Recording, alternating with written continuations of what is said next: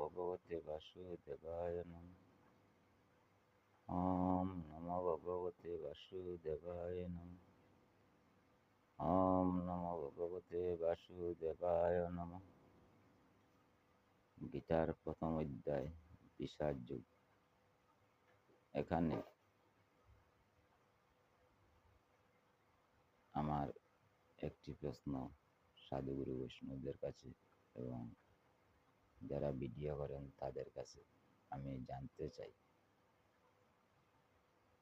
যে গীতা ভগবানের মুখশ্রিত বাণী এবং গীতায় লেখা আছে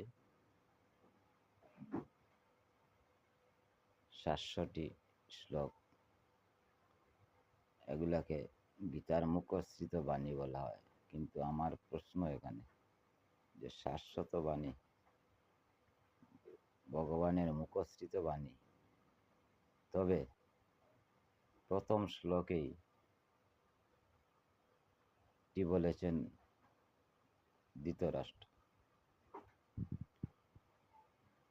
ধর্মক্ষেত্র কুরুক্ষেত্র সমাবেতা যদৎশুভ মামকা পাণ্ডবশ্চৈব কিম কবুত সঞ্জয়। অর্থাৎ যদি ভগবানের মুখশ্রিত বাণী হয়ে থাকে তাহলে প্রথম শ্লোকটি ধৃতরাষ্ট্র কেন বললেন এবং তার মাহাত্ম্যটা কি? এটাই আমার প্রশ্ন সাধুগুরু বৈষ্ণবর কাছে। এটা আমি জানতে চাই, কারণ আমি অজ্ঞ এক ব্যক্তি, কিন্তু আমি সাধুগুরু বৈষ্ণবের মুখে এগুলো শুনেছি। এই 700টি শ্লোক ভগবানের মুখশ্রিত বাণী, কিন্তু আমার প্রশ্ন প্রথম শ্লোকটি ধৃতরাষ্ট্র কেন বললেন? তাহলে সেটা ভগবানের মুখশ্রিত বাণী কিভাবে হলো? এটাই আপনাদের কাছে আমার প্রথম জানার ব্যাপার।